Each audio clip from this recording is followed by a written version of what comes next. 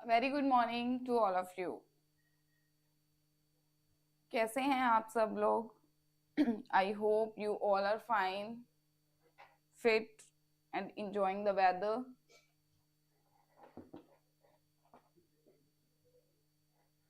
Just wait for 2 minutes.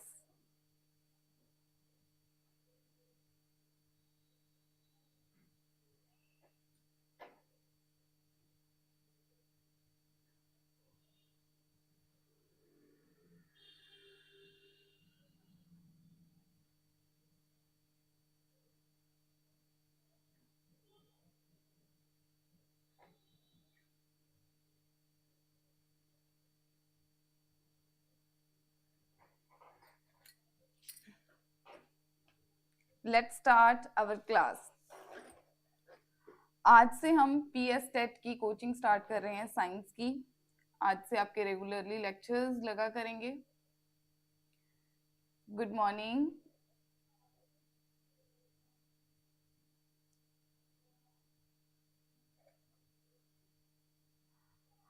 आज हम PS TET की साइंस की कोचिंग स्टार्ट करने लगे हैं। आज हमारा फर्स्ट डे है और हम वेरी फर्स्ट टॉपिक मोशन के बारे में आज डिस्कस करेंगे। उससे पहले मैं आपको अपनी एकेडमी के बारे में कुछ इंट्रोडक्शन देना चाहती हूँ।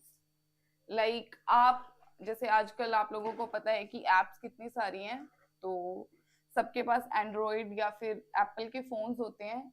अगर आपके पास एंड्रॉइड की कोई भी डिवाइस है तो आप प्ले स्टोर में जाके हमारी ऐप को डाउनलोड कर सकते हैं और हमारी ऐप का ये लोगो है। और अगर आपके पास एप्पल का फोन है, एप्पल की कोई भी डिवाइस है, तो आप पहले क्या करोगे, माई इंस्टीट्यूट डाउनलोड करोगे। माई इंस्टीट्यूट डाउनलोड होने के बाद आपको QQZAN कोड फिल करना है। देन एपेक्स एकेडमी की जो ऐप है वो आपके फोन्स में डाउनलोड हो जाएगी। डाउनलोड होने के बाद आप देखोगे कि there are lot of courses available. आप कोई भी कोर्स के बारे में वहां पे जाके सर्च कर सकते हैं। ऊपर जैसे आप देख रहे हैं कि सर्च की ऑप्शन है, आप लोग कोई भी any kind of course you want आप यहाँ पे जाके सर्च कर सकते हैं। उसके कुछ डेमो क्लासेस हैं, आप सब उसके बारे में आपको डिटेल इंफॉर्मेशन मिल जाएगी। नेक्स्ट, आप लोग टेलीग्राम के बारे में अवेयर हैं। वहां पे आप @apex बठिंडा डाउनलोड कर सकते हैं। वहां पे आपको फ्री पीडीएफ्स, लिंक्स, यूट्यूब के जो भी लिंक्स हैं, जितनी भी क्लासेस लगती है सारी की सारी वहां पे अवेलेबल होंगी।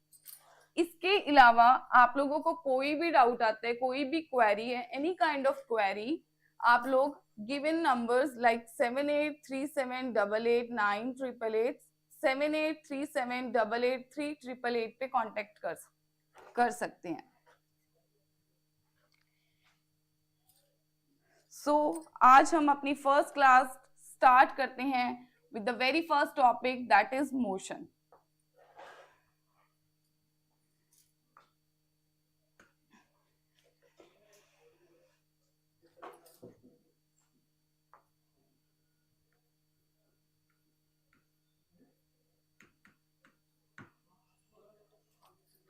फर्स्ट टॉपिक है, आई होप आप लोग सारे पूरी एनर्जी से इस टॉपिक को समझोगे, अच्छे से उसको रीड करोगे, अच्छे से मेरे पास डाउट्स लेके आओगे, नए नए क्वेश्चंस लेके आओगे, ताकि हम इस कंसेप्ट को इतना अच्छे से माइंड में बिठा ले कि हम इस चैप्टर को ऐसे करेंगे, हम डेली लाइफ की एग्जांपल्स के साथ इसको कंटिन्यू करेंगे, सो दैट कि आप कहीं पे भी जा रहे हो ना, आपको ये लगे कि ये तो मैंने पढ़ा हुआ था, ऐसा तो मैंने देखा हुआ है, ये तो इसकी एग्जाम्पल है, ये तो इसकी एग्जाम्पल है। मोशन, देखो मोशन क्या होता है, जब कोई भी ऑब्जेक्ट अपनी पोजीशन में चेंज लेके आता है, जब कोई भी ऑब्जेक्ट अपनी पोजीशन में चेंज लेके आता है with respect to time, with respect to surrounding. अगर आपको एक ऑब्जेक्ट चलता हुआ नजर आ रहा है एक जगह से दूसरी जगह, कैसे, विद रिस्पेक्ट टू टाइम, आपने टाइम को भी देखना है और विद रिस्पेक्ट टू सराउंडिंग आपने अपने आसपास को भी देखना है, तो आपको वो ऑब्जेक्ट चलता हुआ नजर आएगा, तो उसको आप बोलोगे मोशन। उसी के साथ एक टर्म है रेस्ट। रेस्ट का क्या मतलब होता है कि जब भी कोई भी ऑब्जेक्ट अपनी पोजीशन में चेंज नहीं लेके आता with respect to time, with respect to surrounding, उसको आप क्या बोलोगे, रेस्ट या फिर स्टेशनरी ऑब्जेक्ट। जैसे आप लोग देख रहे हैं, मैं यहाँ पे हूं, विद इन 2 और 3 सेकेंड्स मेरी पोजीशन में चेंज नजर आ रहा है, मेरी पोजीशन में आपको चेंज नजर आ रहा है, तो मैं क्या हूं, मोशन स्टेट में हूं। मैं कौन सी स्टेट में हूं, मोशन की स्टेट में हूं। अगर आप इस स्मार्ट बोर्ड की बात करोगे तो ये स्मार्ट बोर्ड क्या है, अपनी फिक्स्ड पोजीशन पे है, चाहे आप इसको टाइम के विद रिस्पेक्ट टू देखो, चाहे आप इसको सराउंडिंग के विद रिस्पेक्ट टू देखो, इसकी जो पोजीशन है वो क्या है, फिक्स है, ये मूव नहीं कर रहा एक पोजीशन से दूसरे पोजीशन में, तो उसको आप क्या बोलोगे, रेस्ट पोजीशन या फिर स्टेशनरी ऑब्जेक्ट की तरह आप इसको कंसिडर करोगे। उसके अलावा वी हैव पॉइंट ऑब्जेक्ट।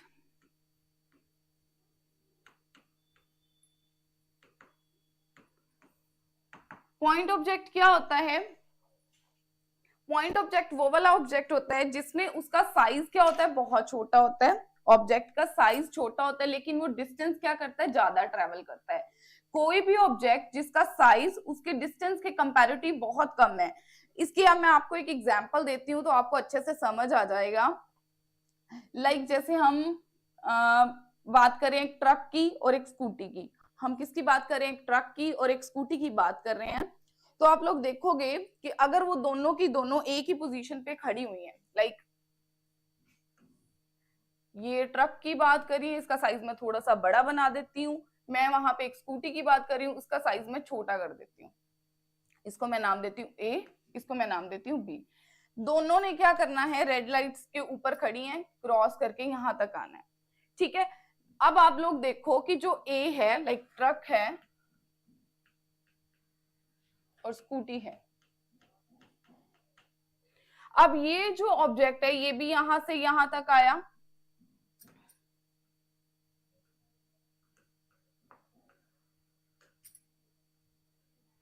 और ये जो स्कूटी है ये भी यहां से यहां तक आई।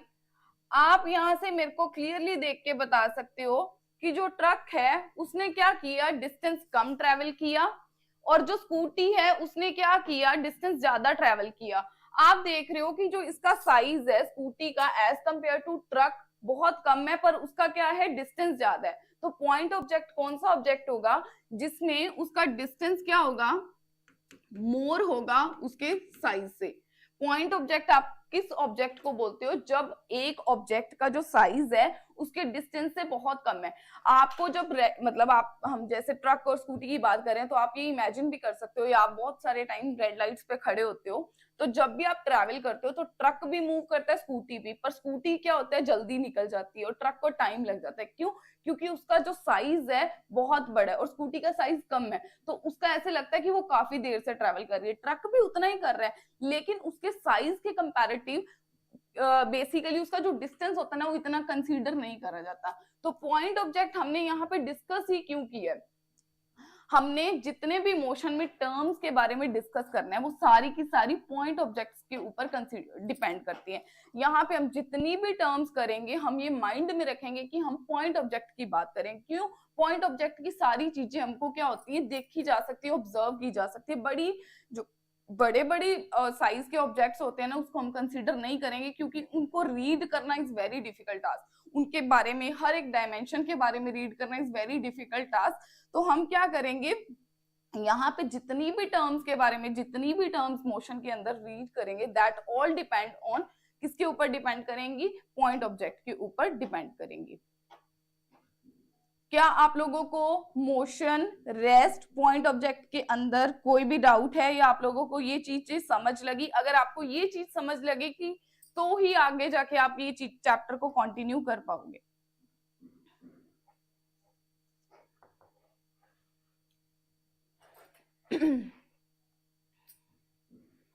नेक्स्ट हमारे पास 2 टर्म्स हैं, like scalar quantity, vector quantity. कौन सी टर्म्स हैं, scalar quantity, vector quantity. Scalar quantity, vector quantity.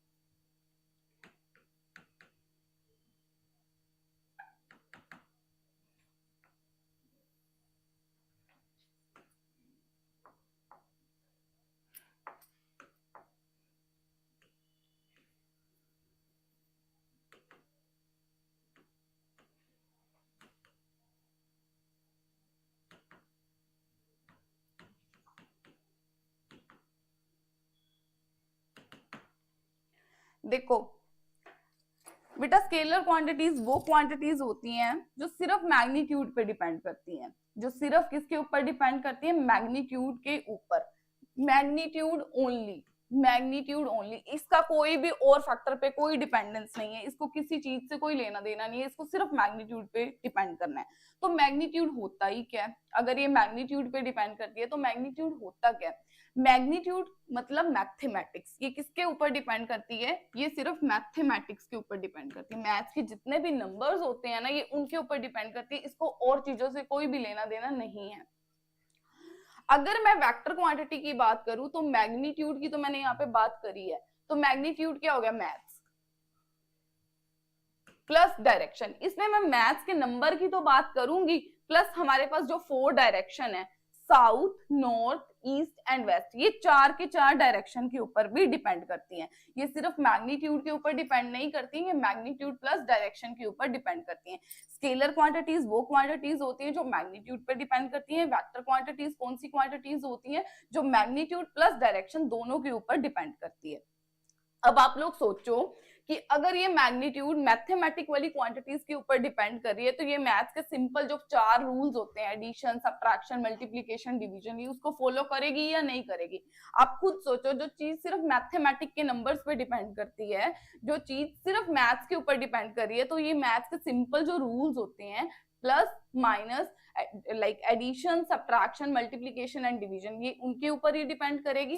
तो ये मैथ्स के सिंपल जो रूल्स होते हैं, addition, subtraction, division and multiplication, plus minus, divide and multiply, ये उसको फॉलो करती है। अब आप लोग ये मेरे को सोच के बताओ, आप अपने माइंड में सोचो कि जिसके अंदर मैंने डायरेक्शन की बात की है, एक तो मैं नॉर्थ की बात कर रही हूँ, साथ में मैं एक साउथ की बात कर रही हूँ, मेरे पास एक नॉर्थ वाली डायरेक्शन है, एक साउथ वाली डायरेक्शन है। इज इट पॉसिबल कि मैं नॉर्थ और साउथ वाली डायरेक्शंस को ऐड ऑन कर सकूं, या सब्ट्रैक्ट कर सकूं, या मल्टीप्लाई कर सकूं, या डिवाइड कर सकूं? आप मेरे को सोच के बताओ कि जो चीजें डायरेक्शन के ऊपर डिपेंड करती है, मेरे पास एक नॉर्थ की डायरेक्शन दी हुई है, मेरे को एक साउथ की डायरेक्शन दी हुई है, इज इट पॉसिबल कि मैं नॉर्थ और साउथ की डायरेक्शंस को ऐड ऑन कर सकूं? The answer is big no, इनको नहीं कर सकते। हम इनको सिंपल मैथ्स के रूल के साथ नहीं कर सकते, पर हमें इनको ऐड तो करना ही है। फिर अगर कंसेप्ट आया तो ऑब्वियसली बात है, हमने इसको ऐड ऑन तो करना ही है। तो इसके लिए हमारे पास कुछ और मैथमेटिक्स है, that is called vector algebra. इसको क्या बोलते हैं, वेक्टर अलजेब्रा। इसके अंदर हमारे पास 2 मेथड्स हैं, like first one is triangle law, second one is parallelogram law. बस आप लोगों को बस नेम्स क्लियर होने चाहिए। देखो वेक्टर अलजेब्रा क्या होता है, जिसमें हम डायरेक्शंस को ऐड या सब्ट्रैक्ट कर सकते हैं, बट सिंपल रूल्स के साथ नहीं। There are particular method of solving this, इनको सॉल्व करने के पर्टिकुलर मेथड है। एक तो है triangle law, other one is parallelogram law. अगर मैं इसका थर्ड पॉइंट की बात करूं तो हमारे पास इसकी एग्जांपल्स आ जाएंगी। तो एग्जांपल में क्या आता है, इसके अंदर डिस्टेंस, उसके अलावा time, mass.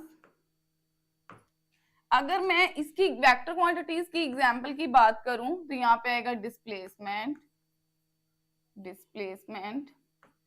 Next one is weight, force, acceleration, velocity.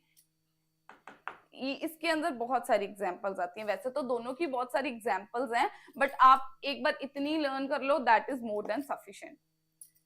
दोबारा से ये टर्म्स को समझ लो, ये टर्म्स समझ आएंगी तो आगे आपको अच्छे से कंसेप्ट क्लियर हो जाएंगे। स्केलर क्वांटिटीज वो क्वांटिटीज होती हैं जो मैग्नीट्यूड के ऊपर डिपेंड करती है, मैग्नीट्यूड मींस मैथमेटिक्स के ऊपर। जो चीज मैथमेटिक्स के ऊपर डिपेंड करती है वो मैथ्स के सिंपल रूल्स को भी फॉलो करेगी। उसके अलावा अगर मैं वेक्टर क्वांटिटीज की बात करूं तो वेक्टर क्वांटिटीज कौन सी क्वांटिटीज होती हैं, जो मैग्नीट्यूड प्लस डायरेक्शन दोनों के ऊपर डिपेंड करती है। अगर वो डायरेक्शन के ऊपर डिपेंड करती है तो वो सिंपल मैथ्स के रूल्स को तो फॉलो करके हुए ऐड या सब्ट्रैक्ट नहीं कर सकते हैं। उनको ऐड करने के लिए, सब्ट्रैक्ट करने के लिए पर्टिकुलर लॉज बनाए गए हैं, that are called vector algebra. इसके अंदर हमारे पास 2 लॉज हैं, that is triangle law plus parallelogram law. 2 तरीके से हम इनको ऐड सब्ट्रैक्ट कर सकते हैं। क्या आप लोगों को स्केलर क्वांटिटीज और वेक्टर क्वांटिटीज में डिफरेंस समझ आया? आप इसको नोट डाउन कर सकते हैं।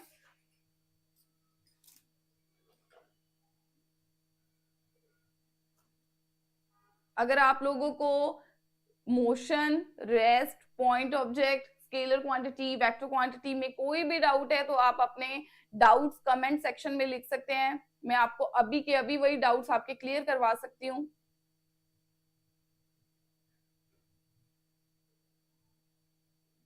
इनको समझना बेटा बहुत इजी है, मतलब इनको समझना इंपॉर्टेंट भी है और इजी भी है। ये चीजें बहुत इजी है पर ये इंपॉर्टेंट है, ये आपके चैप्टर का बेस है। अगर आपको ये कंसेप्ट क्लियर हो जाएंगे तो आप नेक्स्ट वाली टर्म्स को देखना आप कितनी इजीली ग्रास्प कर लोगे, कितनी इजीली समझ जाओगे।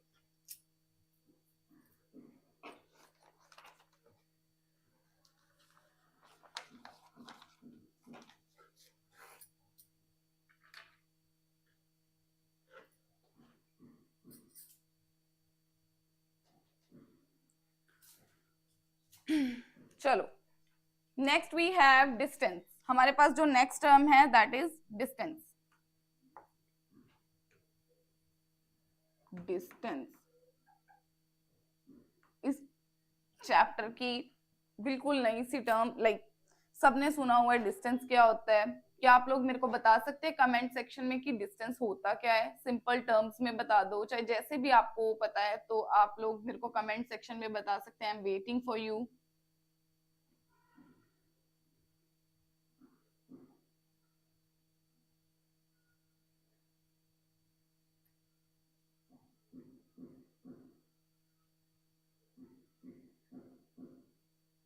चलो जी, डिस्टेंस को की डेफिनेशन समझने से पहले हम इसका कंसेप्ट समझते हैं। उसके लिए मैं आपको एक छोटी सी डायग्राम से समझाना चाहूंगी सो दैट कि आपको इसके कंसेप्ट को समझना इजी हो जाए।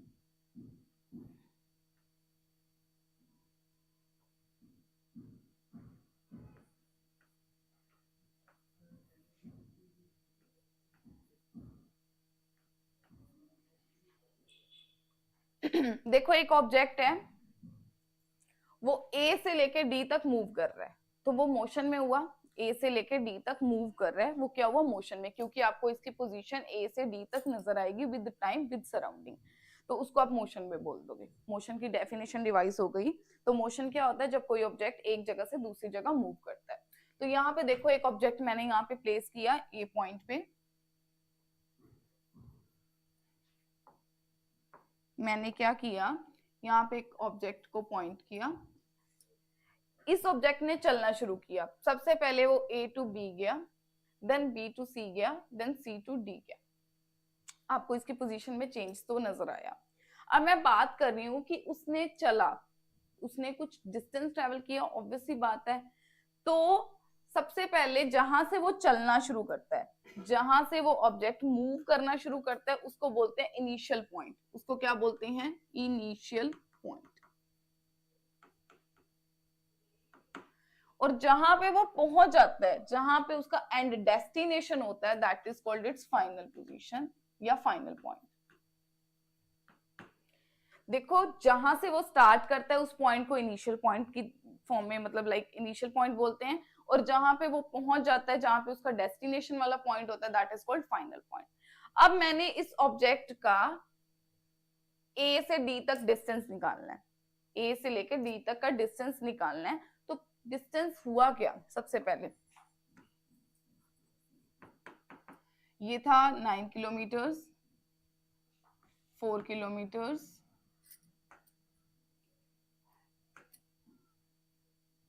4 किलोमीटर्स, 7 किलोमीटर्स।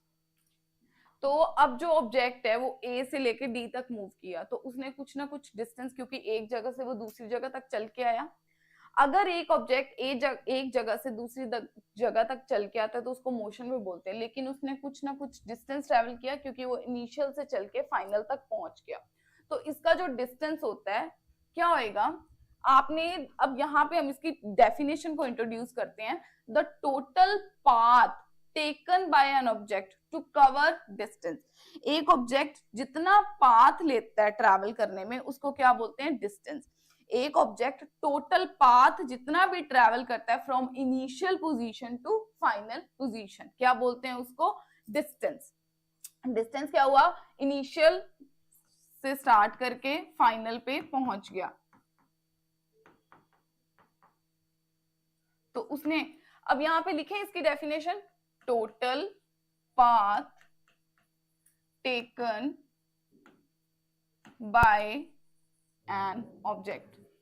उसने जितना पार्ट ट्रेवल किया, एक ऑब्जेक्ट ने जितना पार्ट ट्रेवल किया उसको क्या बोलते हैं? डिस्टेंस। तो इसका टोटल डिस्टेंस कितना हो गया? 9 + 4 13, 13 + 7 कितना हो गया? 20। 9 + 4 कितना हुआ? 13, 13 + 7 कितना हुआ? 20। तो ए से डी उसने कितना डिस्टेंस ट्रेवल किया? 20 किलोमीटर। तो इसकी डेफिनेशन क्या हुई? Total path taken by an object. एक ऑब्जेक्ट कितना पाथ ट्रेवल करता है, वो कितना डिस्टेंस है, तो उसको किस फॉर्म में रिप्रेजेंट करा जाता है? डिस्टेंस। एक ऑब्जेक्ट कितना पाथ ट्रैवल करता है उसको क्या बोलते हैं? डिस्टेंस। एक ऑब्जेक्ट कितना पाथ ट्रैवल करता है उसको क्या बोलते हैं? डिस्टेंस।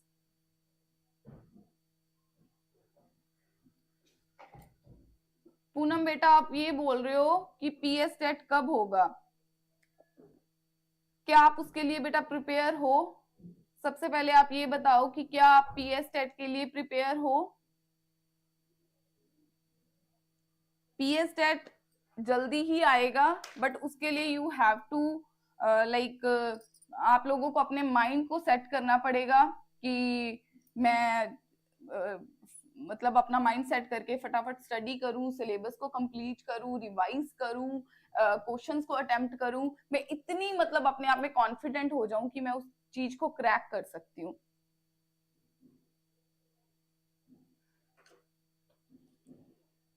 क्या आप लोगों को डिस्टेंस वाली टर्म समझ आई?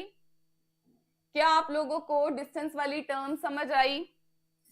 मैं डिस्टेंस के लिए कुछ टर्म्स, कुछ पॉइंट्स आपको एक्सप्लेन करना चाहती हूँ, मतलब इसके कुछ पर्टिकुलर कैरेक्टरिस्टिक हैं या कुछ पर्टिकुलर पॉइंट्स है, just want to explain to you. अब मैंने क्या बोला था? डिस्टेंस।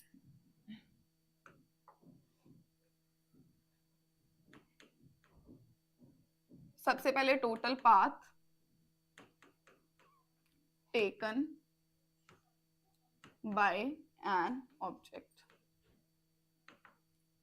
उसको डिस्टेंस बोलते हैं।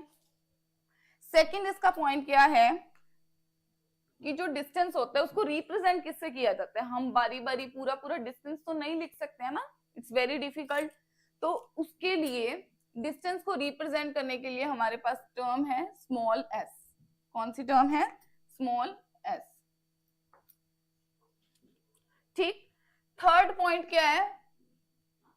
जो देखो मैंने अभी बात की कि एक ऑब्जेक्ट ए से डी तक मूव कर गया, एक ऑब्जेक्ट ए से डी तक मूव करे, यहाँ पे ए से डी तक वो मूव करा। यहाँ पे मैंने आपको एक एग्जांपल दी थी। क्या मैंने एग्जांपल में आपको एक बारी भी बात करी थी कि ये नॉर्थ से चला है, ये साउथ से चला है? तो मैंने यहाँ पे क्या डायरेक्शन की बात करी है? क्या यहाँ पे मैंने एक बारी भी डायरेक्शन की बात की है? अगर मैंने यहाँ पे डायरेक्शन की बात नहीं की, सिर्फ मैथमेटिक्स की बात करी है, तो ये कौन सी टर्म हो गई? आप लोग फटाफट कमेंट सेक्शन में बताइए, तो ये कौन सी टर्म हुई? स्केलर क्वांटिटी हुई या वेक्टर क्वांटिटी हुई? जो डिस्टेंस है वो कौन सी क्वांटिटी के अंदर होगा? स्केलर क्वांटिटी होगी या फिर ये वेक्टर क्वांटिटी होगी?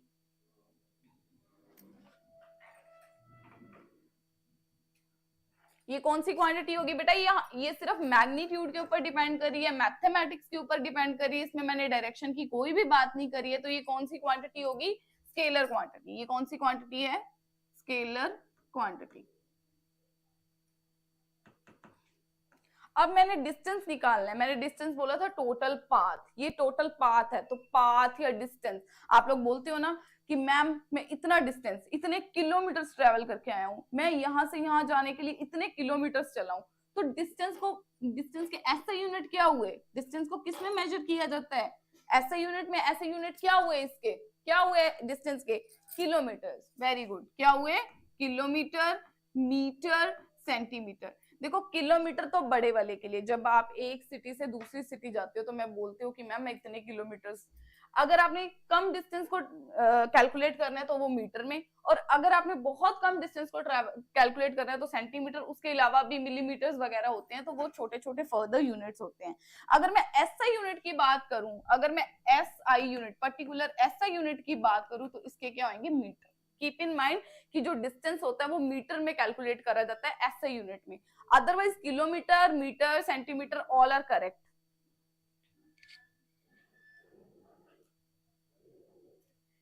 अब आप लोग मेरे को सोच के बताओ कि अगर एक ऑब्जेक्ट टोटल पाथ ट्रेवल करता है, अगर एक ऑब्जेक्ट टोटल पाथ ट्रेवल करता है, तो क्या इसका जो पाथ होता है कभी भी जीरो हो सकता है?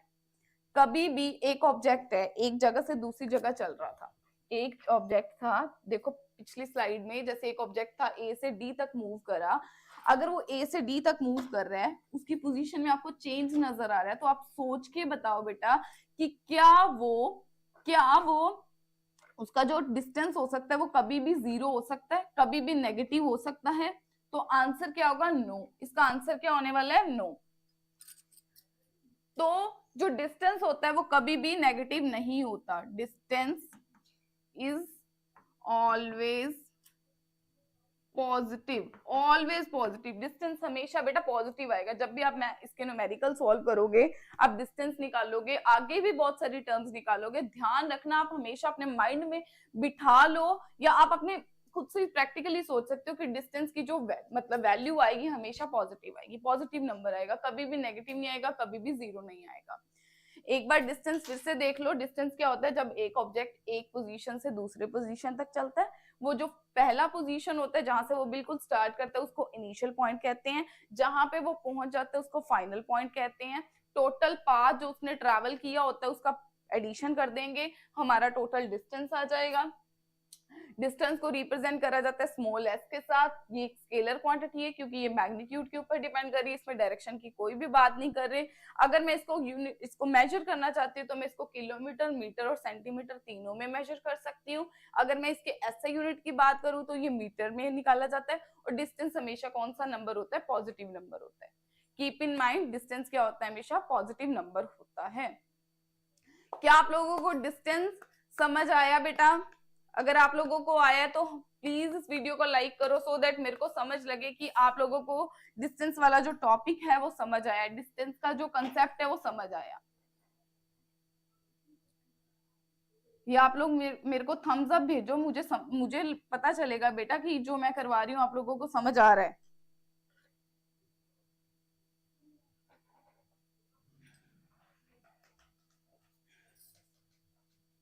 I am waiting.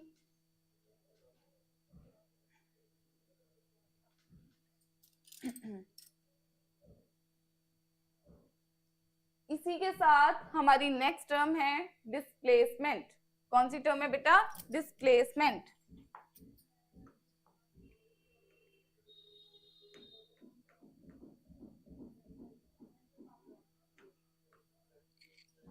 नेक्स्ट हमारे पास कौन सी टर्म है, डिस्प्लेसमेंट। डिस्टेंस और डिस्प्लेसमेंट दोनों क्या है, भाई भाई है। दोनों क्या है, भाई भाई है। बस ऐसे बोलते हैं ना कि ये थोड़ा सा मॉडर्न है, वो थोड़ा सा ऐसे है, हम बोलते हैं ना, हमारे घर पे भी बोलते हैं जो छोटा बच्चा है ना वो थोड़ा सा ज्यादा मॉडर्न है, वो थोड़ा सा ऐसा है, वो थोड़ा सा वैसा है। सिमिलरली डिस्टेंस और डिस्प्लेसमेंट है तो सेम सेम, पर दोनों में थोड़ा सा हल्का सा ही फर्क है। तो वो डिफरेंस हम देखते हैं क्या है। डिस्प्लेसमेंट क्या होता है, देखो जो डिस्टेंस है ना वो सियाना बच्चा होता है, वो टोटल पार्ट ट्रैवल करता है, वो पूरा का पूरा रास्ता ट्रैवल करता है, पूरा का पूरा रास्ता होता है, उसने पूरा का पूरा रास्ता ट्रैवल करना है। ए से पहले बेचारा बी गया, फिर बी से सी गया, फिर सी से डी तक गया। वो जो डिस्प्लेसमेंट है ना वो थोड़ा सा नोटी है, वो मॉडर्न, लाइक मैं शरारती बच्चा हूँ तो मैं क्या करूंगा, मैं इजी टेक्निक्स, मैं स्मार्टली प्ले करूंगा। वो कहता मैं स्मार्टली प्ले करूंगा। तो वो कैसे स्मार्टली प्ले करता है, जस्ट हम एक एग्जांपल से इसको समझते हैं। एक ऑब्जेक्ट है जैसे ए, एक ऑब्जेक्ट यहाँ पे पड़ा था ए पे, उसने चलना शुरू किया, उसको ऐसे बोला कि आपने ना सी पे पहुंचना है। उसको क्या बोला कि बेटा आपने ना सी पे पहुंचना है, सी पॉइंट पे पहुंचना है, ये बी पॉइंट है, जस्ट वेट। उसको बोला कि बेटा आपने ए से चल के सी तक पहुंचना है। अब वहां पे दो बच्चे बैठे हुए थे। एक ने क्या किया, बेचारा पहले ए से बी गया, फिर बी टू सी गया। पहले उसने ए से बी ट्रैवल किया, फिर बी टू सी ट्रैवल करके चलो जी चल गया। अब जो नोटी वाला बच्चा आया उसने क्या किया, वो कहता मैं तो थोड़ा सा लाइक शरारती हूँ, मैं तो स्मार्टली प्ले करूंगा, मैं तो आजकल का बच्चा हूँ। वो कहता मैं तो सीधा ही ए टू सी जाऊंगा, मैं नहीं बीच बीच में खपे करता, मैं क्या करूंगा सीधा सीधा ट्रैवल करूंगा, मेरे पास इतना टाइम नहीं है। एक जो सियाना था वो बेचारा पहले ए से बी तक गया, फिर बी टू सी गया। जो सियाना, वो जो आजकल का बच्चा था वो कहता मैं नहीं वेट करूंगा, मैं तो सीधा ही जा रहा हूँ।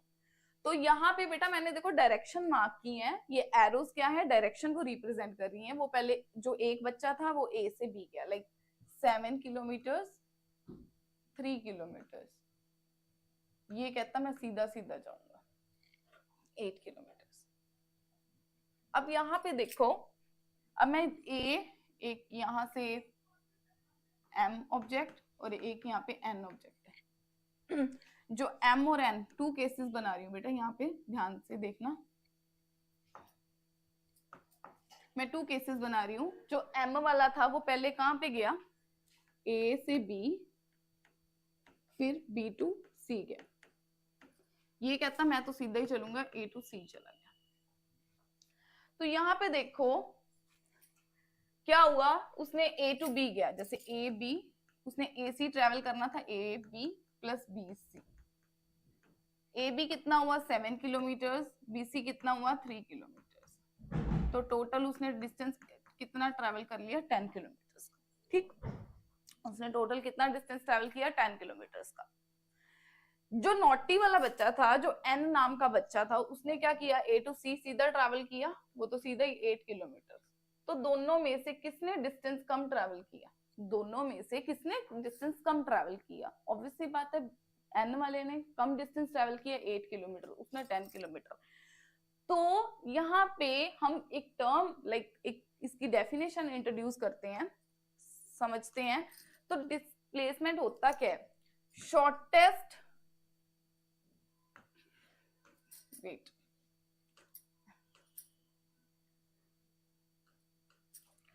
Shortest path traveled by an object, उसको क्या बोलते हैं, डिस्प्लेसमेंट। जो शॉर्टेस्ट पाथ होता है, जो जितना शॉर्टेस्ट पाथ एक ऑब्जेक्ट ट्रैवल करता है उसको क्या बोलते हैं, डिस्प्लेसमेंट। और अगर मैं एम वाले की बात करूं तो उसने बेचारे ने ए से बी फिर बी से सी गया, तो उसने क्या किया, लॉन्गेस्ट डिस्टेंस या टोटल डिस्टेंस ट्रैवल किया। तो यहाँ पे ये टर्म क्या हो गई, डिस्टेंस हो गई। यहाँ पे उसका जो उसका टोटल शॉर्टेस्ट पाथ हुआ वो क्या हो गया, डिस्प्लेसमेंट हो गया। Shortest path travel by an object, एक ऑब्जेक्ट जितना कम डिस्टेंस ट्रैवल करता है उसको क्या बोलते हैं, डिस्प्लेसमेंट, उसको क्या बोलते हैं, डिस्प्लेसमेंट। अगर वो टोटल पाथ ट्रैवल करता है, ए टू बी गया, बी टू सी गया, उसने लॉन्गेस्ट पाथ ट्रैवल किया, तो उसको क्या बोलेंगे, डिस्टेंस।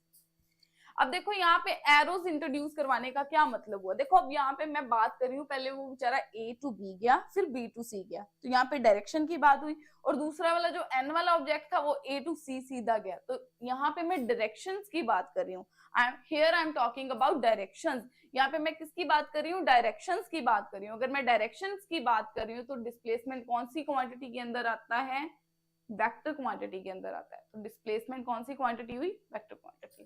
सो इसके भी हम कुछ पॉइंट्स लिख लेते हैं डिस्प्लेसमेंट के भी।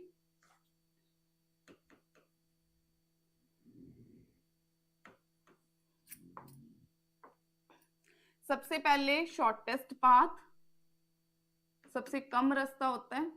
इसकी ना एक और डेफिनेशन होती है, जैसे ये जहां से शुरू करते हो, ये जो ऑब्जेक्ट है जहां से शुरू करता है उसको तो बोलते हैं इनिशियल पॉइंट, और जहां पे जाके खत्म होता है उसको क्या बोलते हैं, फाइनल पॉइंट बोलते हैं। तो डिस्प्लेसमेंट को हम एक और टर्म में डिफाइन कर सकते हैं, final position minus initial position.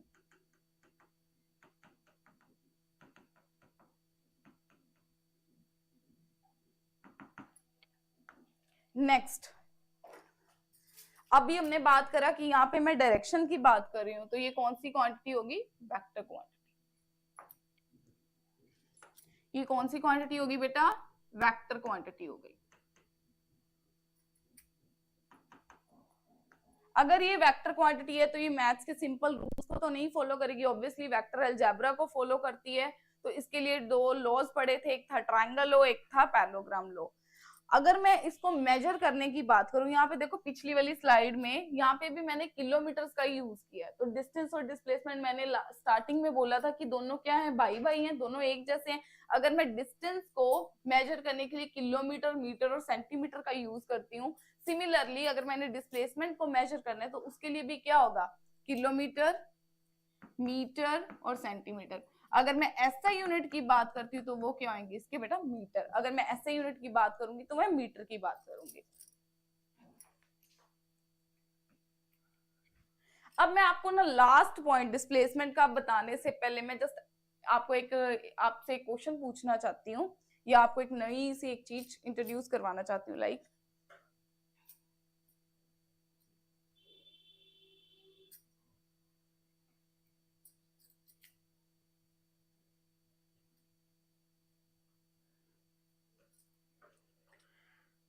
देखो, अगर आप लोगों को ये अच्छे से समझ आ जाएगी ना तो यू विल गेट। एक ऑब्जेक्ट है,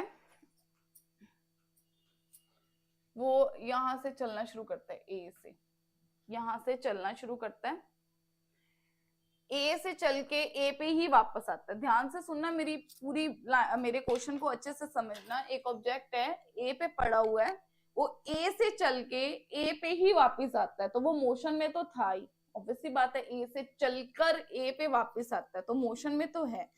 मैंने आपसे ये पूछना है, इसका जो डिस्टेंस कितना होगा और इसका कितना डिस्प्लेसमेंट होगा? डिस्प्लेसमेंट एंड डिस्टेंस कैलकुलेट करना है मैंने इसका। एट पॉइंट ए,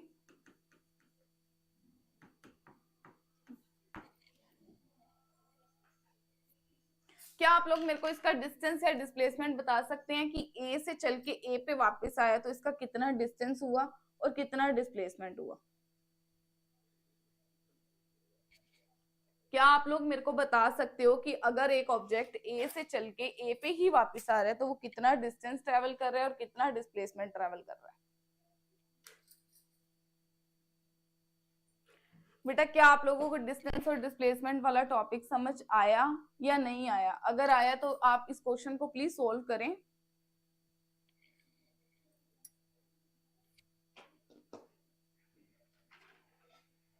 चलो, अगर मैं इसका डिस्टेंस कैलकुलेट करूं, अगर मैं इसका डिस्टेंस कैलकुलेट करूं, here I am talking about distance.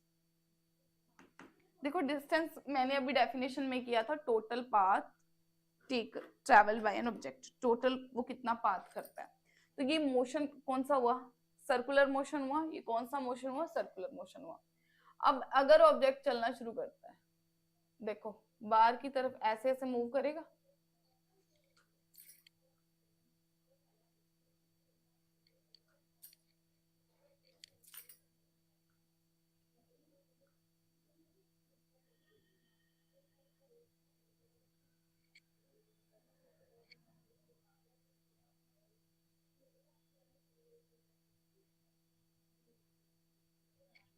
ठीक, वो ए से चल के ए पे ही वापस आ रहा है, वो ऑब्जेक्ट ए से चल के ए पे ही वापस आ रहा है, तो उसका डिस्टेंस क्या हुआ? बेटा आपको पता है ना, डिस्टेंस का मतलब होता है टोटल पाथ।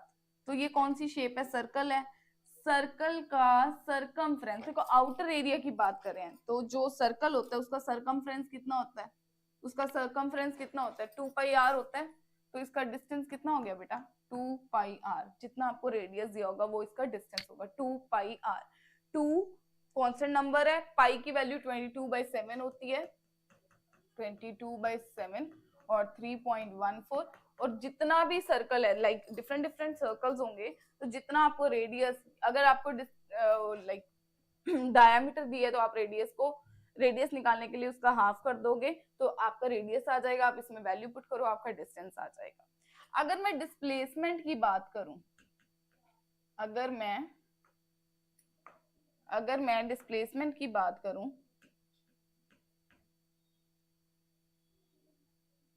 अब यहाँ पे देखो इसके सेकंड पॉइंट में मैंने क्या लिखा था, final position minus initial position. मैंने लिखा था final position minus initial position.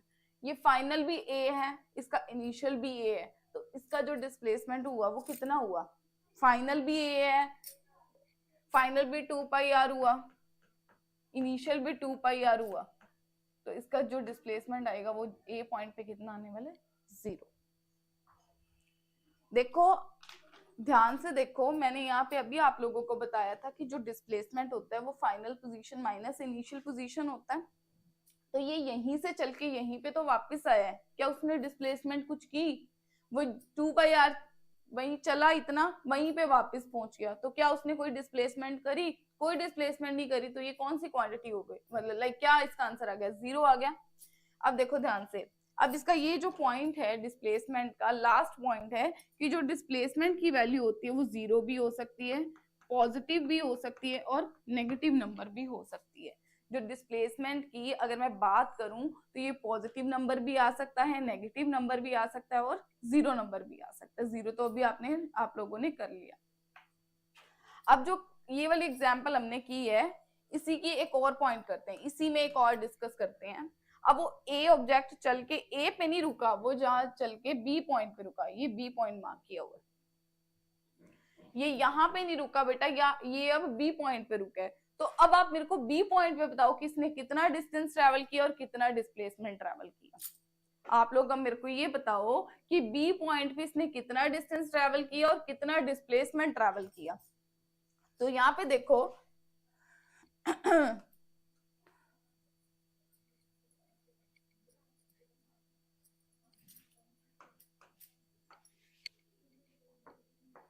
अब मैं बात करूं एट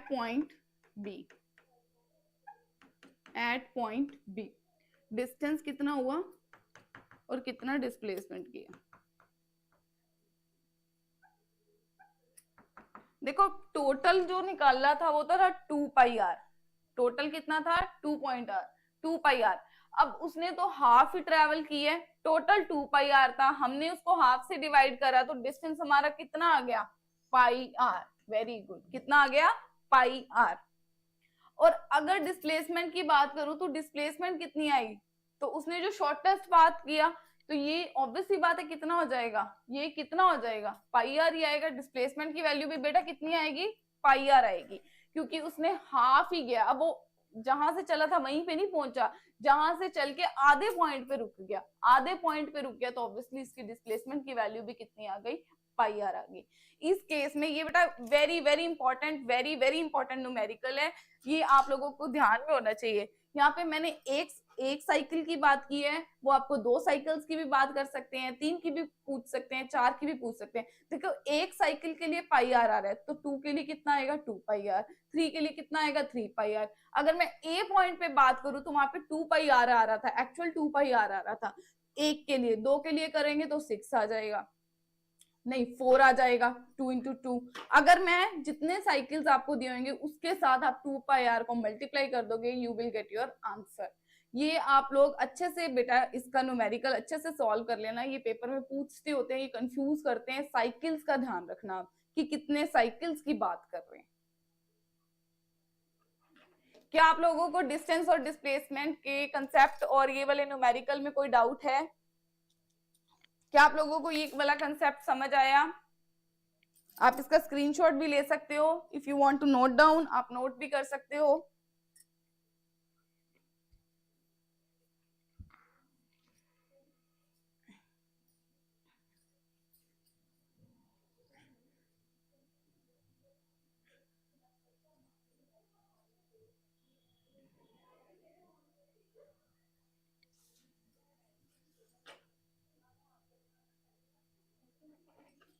हम एक न्यूमेरिकल और करते हैं इसका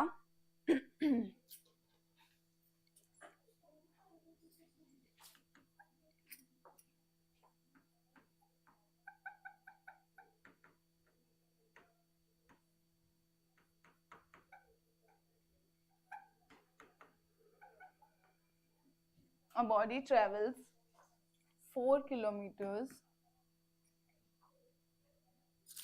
towards north,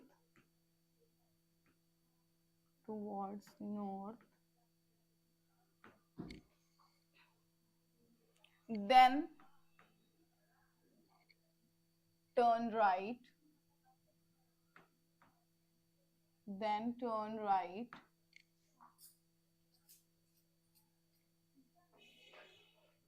and travels another 4 kilometers before coming to rest. Before coming to rest.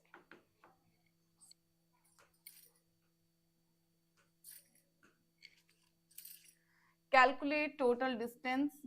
Calculate total distance. Total distance and displacement.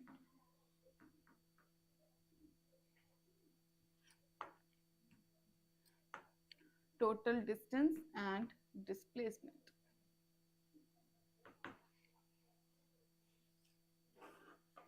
Hello Priyanka, how are you beta?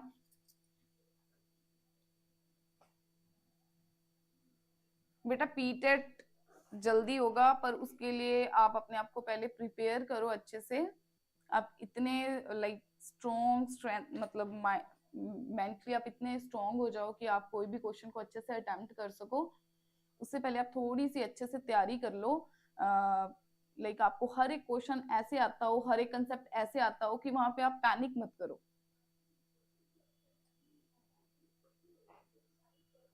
चलो बेटा, ये वाला न्यूमेरिकल आप मेरे को सॉल्व करके बताओ कि एक बॉडी है, ट्रैवल करती है 4 किलोमीटर नॉर्थ की तरफ, फिर वो राइट टर्न लेती है वहां से, फिर बिफोर कमिंग टू रेस्ट पे आने से पहले वो अनदर 4 किलोमीटर ट्रैवल करती है. आपने इसका डिस्टेंस और डिस्प्लेसमेंट कैलकुलेट करना है. आपके पास 2 मिनट्स हैं, आप सोल्व करके आंसर बता सकते हैं.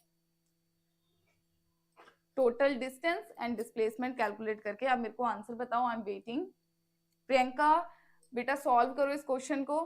अगर आपको डिस्टेंस और डिस्प्लेसमेंट वाला टॉपिक समझ आ गया तो आप इसको अच्छे से कर सकते हो.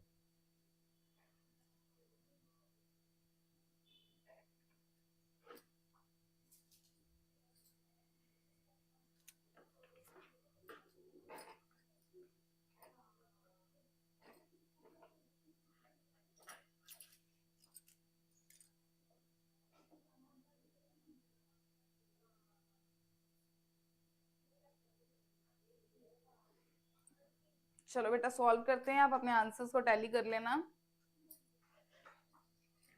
उन्होंने बोला है कि एक ऑब्जेक्ट है, एक बॉडी है 4 किलोमीटर नॉर्थ. सबसे पहले नॉर्थ डायरेक्शन बनाते हैं हम लोग. कौन सी डायरेक्शन बनाते हैं? नॉर्थ. वो कहते हैं कि वो नॉर्थ की तरफ चलना शुरू करता है. चल पड़ा भाई, एक ऑब्जेक्ट था, हमें क्या, हमें जो जो बोला हम उसको करते हैं. बेटा एक ना चीज आपके लिए छोटी सी ट्रिक या फिर आप टिप की तरह कंसीडर कर सकते हो. जब भी आपको वहां पे एमसीक्यू आए, ऑब्वियसली एमसीक्यू आने, बट एमसीक्यू में न्यूमेरिकल आए, तो आप लोगों ने ना पैनिक नहीं करना. पहली बात तो आप पैनिक मत करना उस चीज के लिए. पैनिक मत करना. और क्वेश्चन के ऊपर ना जो जो आपको पॉइंट्स लगते हैं ना कि बहुत इंपॉर्टेंट है, इससे मेरा ये न्यूमेरिकल इजीली सॉल्व हो जाएगा, आप उसको हाईलाइट करना. जैसे इस क्वेश्चन में आप देखो, सबसे पहले हम इसके पॉइंट्स को ही हाईलाइट करते हैं कि क्या इसमें क्या क्या चीजें हमने माइंड में रखनी है, फिर हम न्यूमेरिकल सॉल्व करने की बात करते हैं. वो कहते हैं कि एक बॉडी थी 4 किलोमीटर टुवर्ड्स नॉर्थ. यहाँ पे किसकी बात कर रहे हैं? They are talking about direction. North की बात कर रहे हैं. डायरेक्शन की बात हो रही है बेटा, डायरेक्शन की बात हो रही है, ध्यान रखना, डायरेक्शन की बात कर रहे हैं. फिर राइट की तरफ टर्न लेता है, डायरेक्शन अगेन. फिर another 4 kilometre before coming to rest. Coming to rest रुक जाता है, बिल्कुल रुक जाता है स्टिल पे. तो आपने इसका डिस्टेंस निकालना है और डिस्प्लेसमेंट निकालना है. ठीक. आप पहले हाईलाइट कर लेना कि मुझको क्या क्या दिया है और क्या क्या कैलकुलेट करना है। न्यूमेरिकल्स को अगर आप हाईलाइट करके लाइक जो जो गिवन है उसको मार्क कर लोगे ना, तो न्यूमेरिकल के अंदर ही उसका आंसर मेंशन करा होता है कि आपने उसको सॉल्व कैसे करना है। ये ना एक अच्छी सी ट्रिक है, आपको कोई भी कितना भी मुश्किल न्यूमेरिकल आ जाए ना, आप इसको इजीली सॉल्व कर सकते हो। बस आप लोगों ने क्या करना है, जो जो गिवन है ना उसमें जो जो इंपॉर्टेंट आपको जो जो भी कंसेप्ट समझ लगता है ना कि लाइक दिस इज इंपॉर्टेंट, आप उसको मार्क कर लेना। अब हम इसकी थोड़ी सी डायग्राम बनाएंगे। सेकंड स्टेप, आपने पहले स्टेप में क्या करना है कि इसको मार्क करना है। सेकंड स्टेप में आपने क्या करना है, आपने उसकी डायग्राम बनाने की कोशिश करनी है, अगर बनती है तो, नहीं तो रफली आपके माइंड में जैसे भी आप इसको सॉल्व कर सकते हो कर लो। तो आप देखना कि आप पहले कैसे किसी न्यूमेरिकल को सॉल्व करने में कितना टाइम लगाते थे और अब इसको सॉल्व करने में आपको कितना टाइम लगता है। अब देखो एक बॉडी थी, चलना शुरू कर दिए, चलो भी चल गई 4 किलोमीटर, फिर राइट टर्न लेती है यहाँ पे, ये राइट ले लिया, चलो चल गई, एंड अगेन ट्रेवल 4 किलोमीटर, लो जी फिर चल पड़ी बिफोर कमिंग टू रेस्ट। ये रेस्ट ऑब्वियसली जहां से चली थी वही इसका रेस्ट पॉइंट हुआ। तो कहते हैं आप लोग मेरे को बताओ कि इसका डिस्टेंस कितना होगा और इसका डिस्प्लेसमेंट कितना होगा। तो अभी हम लोग पढ़ के आए थे, डिस्टेंस होता है टोटल पाथ। डिस्टेंस तो क्या होता है, टोटल पाथ। तो इसने टोटल कितना ट्रेवल किया, 4 kilometre plus 4 kilometre, very easy, which is 8 kilometre. Distance तो आ गया 8 किलोमीटर, लो जी, क्योंकि डिस्टेंस में तो कोई डायरेक्शन नहीं, कोई कुछ नहीं, नथिंग, एड ऑन कर दो सबको, कर दिया जी। अब बात आती है डिस्प्लेसमेंट पे। अब डिस्प्लेसमेंट कैसे कैलकुलेट करोगे आप लोग,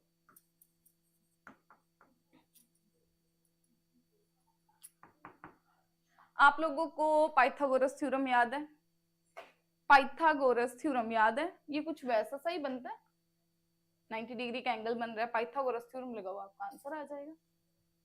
पाइथागोरस थ्योरम लगाओ आपका आंसर आ जाएगा। तो विच विल बी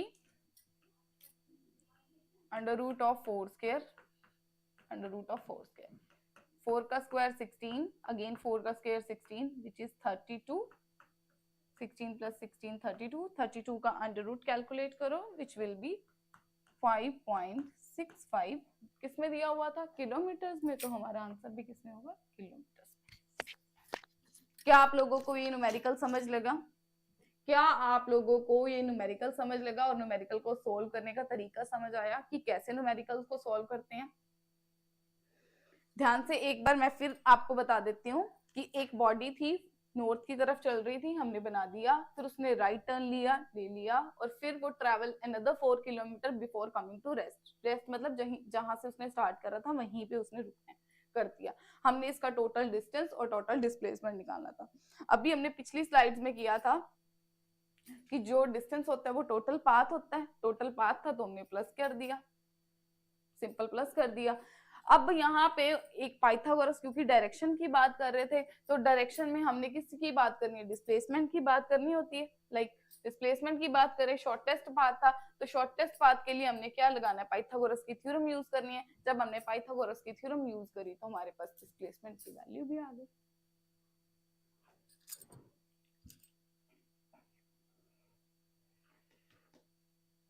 क्या आप लोगों को डिस्टेंस डिस्प्लेसमेंट वाली टर्म समझ आई? उसके अंदर हमने काफी चीजें, काफी कंसेप्ट, काफी like vector quantities, scalar quantities के बारे में डिस्कस किया, पॉजिटिव नेगेटिव के बारे में डिस्कस किया। अब आप लोग मेरे को कमेंट सेक्शन में ये बताओ कि डिस्टेंस बड़ा आता है या डिस्प्लेसमेंट बड़ा होता है? डिस्प्लेसमेंट की वैल्यू बड़ी आती है या डिस्टेंस की वैल्यू बड़ी आती है? आपको मैंने दो न्यूमेरिकल्स करवाए हैं, आप दोनों के न्यूमेरिकल्स में आंसर कैलकुलेट देख सकते हो, इसमें पाई आर है, इसमें पाई आर है। तो डिस्टेंस, तो यहां से हम एक चीज कंक्लूड करते हैं, ध्यान रखना जो डिस्टेंस होता है ना वो ग्रेटर और इक्वल भी हो सकता है। डिस्टेंस हमेशा बड़ा होता है पर इक्वल टू भी हो सकता है, किससे, डिस्प्लेसमेंट से।